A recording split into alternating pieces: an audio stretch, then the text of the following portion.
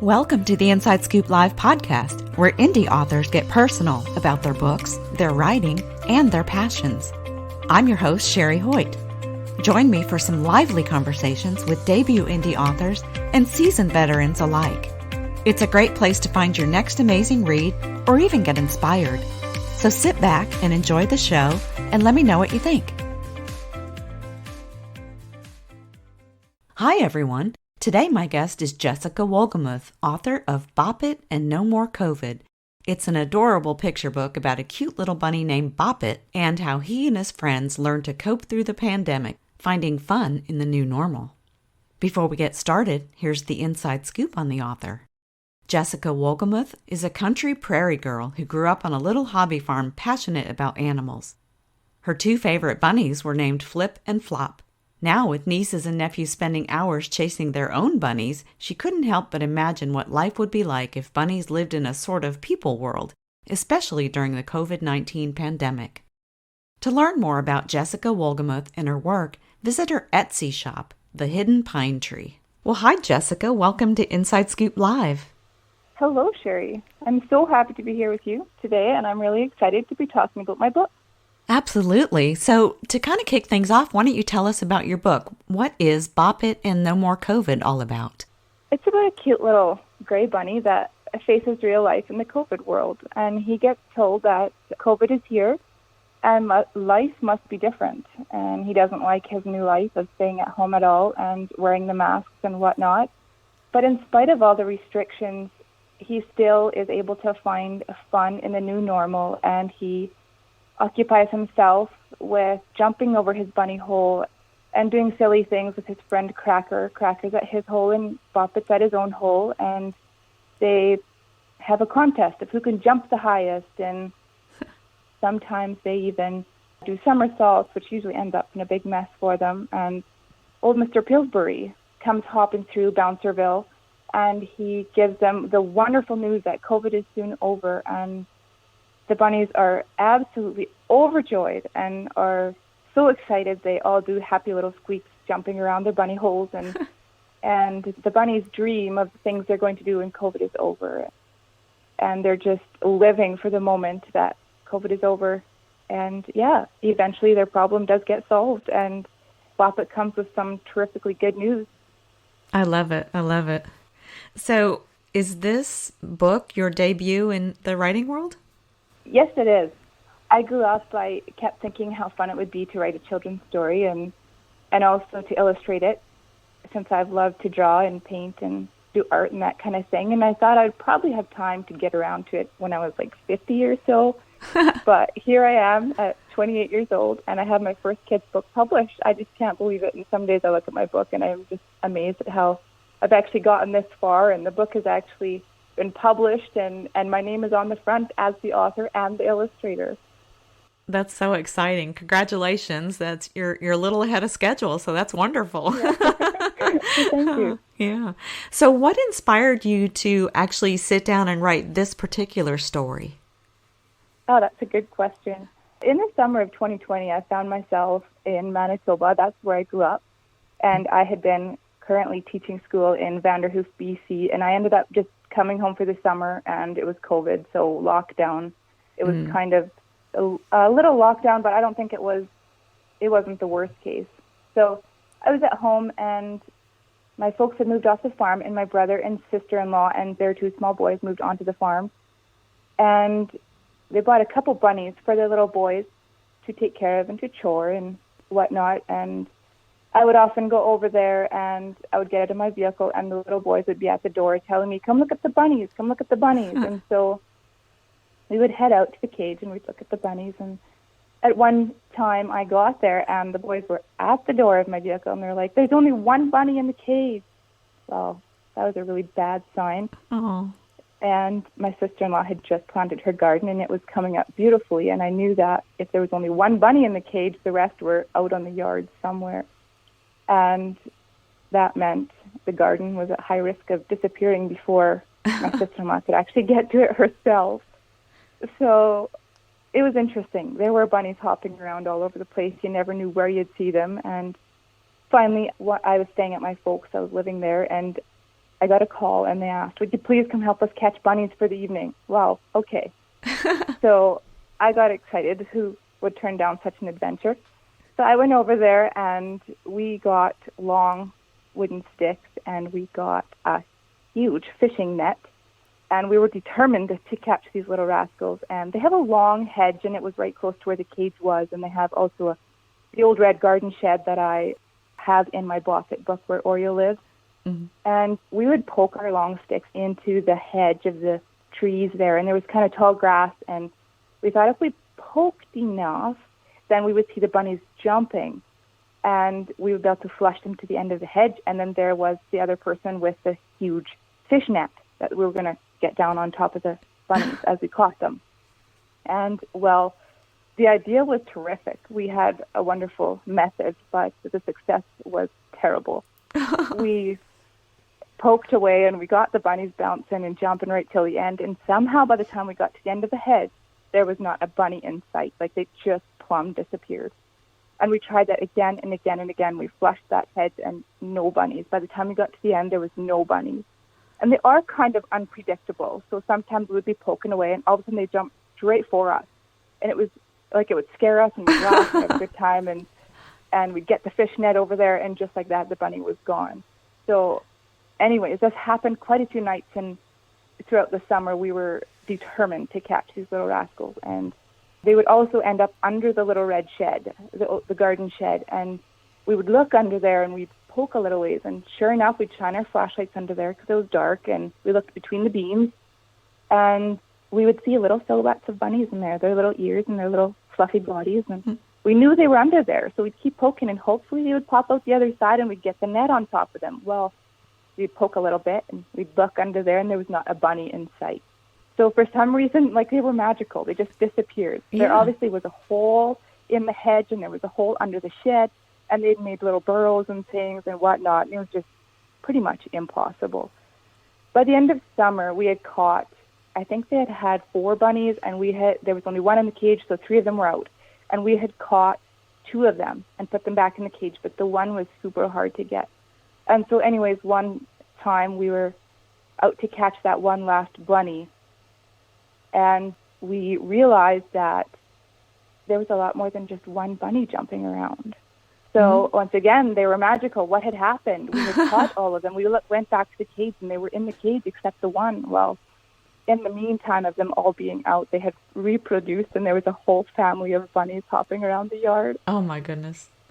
So that was kind of ridiculous. So we had more bunnies than we bargained for to catch. And I had to go back to BC and teach, and anyhow, I got word from them that they had caught all the bunnies, and the little boys had fun giving them to some of their friends and whatnot. So we decided that many bunnies was a few too many for them, but it sure created a lot of good laughs for us and a lot of funny memories that summer. So anyways, after those evenings of bunny chasing, one of them, I had gone back to my parents for the night, and I was thinking this crazy story of bunnies living in a COVID world. Like, COVID was just so in our minds, and it was like the top discussion all the time, and it was so new and everything. And like, what if these bunnies lived in a COVID world, and what if they had just the same problems we did, and what if all of a sudden there is a solution, a simple bunny solution to the end of COVID? And so that one night I couldn't sleep, and it was probably 12:30. I was like, I'm going to just get up and write down this story, because I was kind of quite enthused about it. And so I got up, and it took about 10, 15 minutes. I wrote down my story, and I went right back to bed, and I fell asleep, like, right away. Oh, my gosh, that's amazing. And the next morning, I woke up, and I looked at my story, and as I was reading my story, I knew exactly some of the pictures I was going to portray from the story. Like, I knew exactly how I was going to illustrate them, and that just got me all fired up, and I decided to start painting exactly that day. So I got out my papers and my paints, and I started painting, and I created some of those first captions I wanted. Like, I wanted them to be clear, and that's how the process started, I guess. And it didn't take long, and I was becoming more inspired with other pictures, and my book was starting. Yeah, that's an amazing story. I love that. That is so sweet. And I love how it just happened, you know? Yeah. I mean, I feel like, when creativity knocks, you just got to answer, and that's what you did. It's Yeah, amazing. exactly. Yeah. Now, you were talking about the farm and all, and for those that may not know, because you grew up on a hobby farm, what is a hobby farm and what kind of animals did you have? So a hobby farm, I would say, was just a farm with a variety of animals and just pretty much anything when it comes to the animal world. I would say I would have grown up on the farm with horses, pigs, milk cows, sheep, goats, rabbits, chickens, geese, ducks, birds, inside birds, and dogs, cats, of course, all the things. And my parents would use the pigs for sausage and bacon, of course. So we would raise them for a year, and then we would have a 3-day butchering, whatever. It would just be a big couple fun days of butchering the pigs, I guess. And the milk cows, Mom would always make cheese and butter, and sometimes try making yogurt and all those kind of fun things with the milk. And let me see, the chickens, of course, we had chickens, broilers to put in the freezer. We also had laying hens for eggs, and geese. Mom would grow geese. She didn't very often, but sometimes she would, and then she would keep it down for feather blankets. And I actually even have my own feather blanket from my mom. So that's really fun for me. Yeah. And then just the regular other fun little pets that we all, like, as us children grew up, then we would get a pet for a gift, and we'd raise it as long as we could, and it would just be fun like that. Yeah. Oh, wow. That sounds so nice. So did growing up on this farm influence your decision to use animals as your main characters? Yes, it actually did. Growing up on the farm and taking care of the animals and doing the chores and things, I'd often go around watching the animals, and I would think of them in kind of like a human life. Like, I would imagine them to have feelings and imagine them to be friends with each other, and I would create these little stories in my head of how they were getting along, or what was going on when they fought, or what was going on when the sheep escaped the pen. Like, how it was all going in their minds. I love to imagine that, and therefore with these little bunnies that we were chasing, I obviously did that again, and I was just thinking, like, what if they were in a human world, and what if they faced some of the same problems we did, and we just can't see it, and we can't communicate with them in their language, and so we don't know, right? And so it's kind of fun for me to imagine those kind of things, and I've done that kind of all my life, and that's kind of where I go with my stories, my children's stories like that. Yeah, yeah. And I think kids relate to animals very well, especially at the age group of your picture book, because everyone can relate to animals in one way or another. The story's not of one little girl that looks like this little girl, but not like that little girl. And, it's not, so I think they can identify more with animals more universally. Yeah. Yeah, exactly. And animals are so simple. Like, you can pretty much imagine what you want of them, because, I mean, really, we don't completely understand them and stuff. So we can just imagine what it's like, and it's easier. Yeah, yeah. Now, you mentioned your book came out in October 2020, so depending on where you live, the initial lockdowns were lifted, but it was still pre-vaccine, and there were still a lot of restrictions, and your story, Bop-It and No More COVID, plays out a little differently than reality, with, the bunnies able to prepare to get back to some semblance of normal anyway. At the time of publication, what message did you hope readers took away from your story? And has that message changed at all since we're now going into our 3rd year of living with COVID-19? That's a really, really good question. So mainly what I wanted my book to do for people, I wanted it to be a ray of light during the pandemic, and a little bit of hope and cheer for those that were stuck at home. And in spite of how miserable sometimes some of us felt at the beginning, when we were so trapped at home and we had to wear the masks and life was so not normal, Bop-It also faced those same struggles, and he didn't enjoy it. He had a really hard time accepting just being at home. But in spite of that, he lifted up and he found joy in the simple things at home. He learned to love his life in spite of the differences that are as different as it was from before COVID. And I want people to to look at that and say, well, I can find fun in my new normal as well. We just need to find this little simple things to embrace and to enjoy instead of always focusing on how terrible it is now and how good it was back then. And, you know, like I wanted them to see that it still can be a good time. And also I wanted people to, the children especially, to look back and see the pandemic as just a moment in their life, not something that lasts forever. I know sometimes it feels like it does or did or has or will, but it doesn't have to ruin the quality of our lives. And maybe there will always be things that are a little bit different and now than pre-COVID, but we don't need to dwell on those things. We need to just embrace life and find joy in the simple things. Absolutely. Absolutely. Now, what kind of feedback have you received from readers on Bop-It and No More COVID? To be really honest, I don't have any great story to tell about feedback I've got, but it is fun to hear what people say. Like, I hear a lot of positive, simple feedback coming back. Oh, the kids love it. And one mom actually messaged me, and she was like, I'm reading this Bop-It No More COVID for the 8th time today. And my girl just wants me to read it again and again and again. And she said she could just read and stop mid-sentence, and her girl could just finish it off. She loved the story so much, and she knew the storyline. She knew exactly how it went, and that was fun to hear that there's kids just loving my book like that. Oh, yeah. Yeah, that's a sure sign when they want to read your book 20 times. You know you've got a winner there. Congratulations. Exactly. Now, you have nieces and nephews. Are they the target age for your reading audience?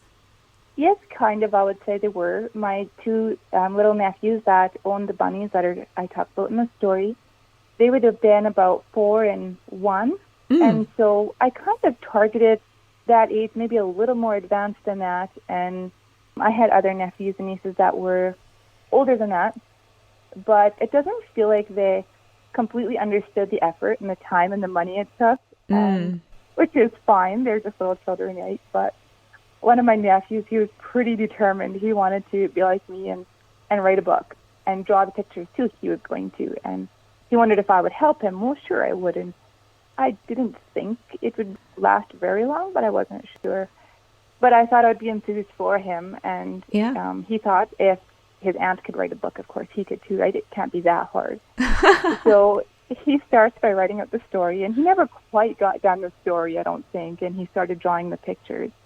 And he got about 2 or 3 pictures in, and he comes to me, he's like, Auntie, I'm sick and tired of drawing pictures, and you draw pictures for a book, it's just, you have to draw about the same thing all the time. And I said, yes, that's exactly how it goes. And I think that's as far as he got. He just got plumb too sick and tired of drawing about the same thing all the time. Well, kudos to him for giving it a shot. He might change his mind as he grows up. Exactly. And I hope he does. And then maybe then I can help him and tell him how my journey went and whatever. Yeah. Now, your illustrations are just fabulous. How long have Thank you. I mean, you're obviously an artist. Are you an artist by trade, or is this a hobby? How long have you been working with your art? I've always done drawing. I've always enjoyed drawing with a pencil, and I've never actually taken any schooling. I've never done any classes, nothing.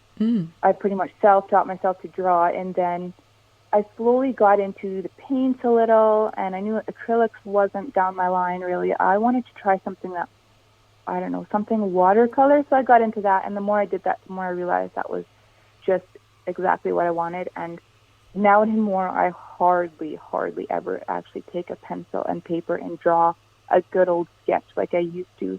But I just love my watercolors, and that's pretty much all I use. Wow. I do for my art now, and it's just gone from there. Wow, so you don't draw the pictures out first, you just do it all? Well, I do draw like a simple little sketch, but it's not like a fine art. Or I see. Yeah, okay. Is Bop-It and No More COVID the first picture book you've illustrated? Yes, it actually is. It was a big step, and since then I have done a lot of painting, just simple painting, watercolor art, and I have that available on my Etsy store, and I am selling some on there. And since I've written this book, I've actually had a friend ask me to illustrate her book, and that book is actually just finished in the last month and has been published. And it's called The Little Red Hen Who Couldn't Lay an Egg. She wrote the story, and I illustrated the book, and it's about the same level, I would say, as my Bop-It book, and kind of the same illustrations. It's all about chickens in the chicken hutch and the little white chicken barn and whatnot. So it's kind of the same idea, just a chicken world. And, it was a lot of fun to illustrate. Yeah, I was going to ask you if you were considering illustrating other picture books, because a lot of people can write children's books, but not everyone can illustrate. So you can do both. That's wonderful. But I'm guessing that you will probably be sought out by some folks to illustrate their books, and you already have, and that's wonderful. I really enjoy that. I love to illustrate, and I've actually have my second Bop-It book. It's another book that's a sequel to Bop-It, No More COVID, and it's actually about the bunnies and everything. And I have that one about half illustrated at the moment. I'm working at the illustrations, and I have the storyline all written out. And I hope to have that one published before too long as well. So that's exciting for me. Yeah, that is exciting. Wow. Now, you mentioned your Etsy site. Is that where all of your work is available, or do you have a website where readers and art enthusiasts can learn more about you and your work? I don't actually have a website as of right now, but yes, I do have my Etsy store, and my Bop-It book is available there. And also this new book that I've just illustrated, The Little Red Hen Who Couldn't Lay an Egg, will be available there within the next month. And hopefully, if everything goes well, I hope to have my second Bop-It book available there as well. So anybody's free to check that out and see what's available there, see what kind of books are coming up. Okay, wonderful. Yeah. Well, Jessica, thank you so much for joining us today and sharing a bit about yourself and your work. I really enjoyed it. Well, yes, you're welcome. It's just been a pleasure to be here and to talk about my book a bit and have a chat with you. Thank you for joining me today for my interview with Jessica Wohlgemuth, author of Bop-It and No More COVID. To learn more about Jessica and her work, visit her Etsy shop, The Hidden Pine Tree. And be sure to listen to our other interviews on InsideScoopLive.com.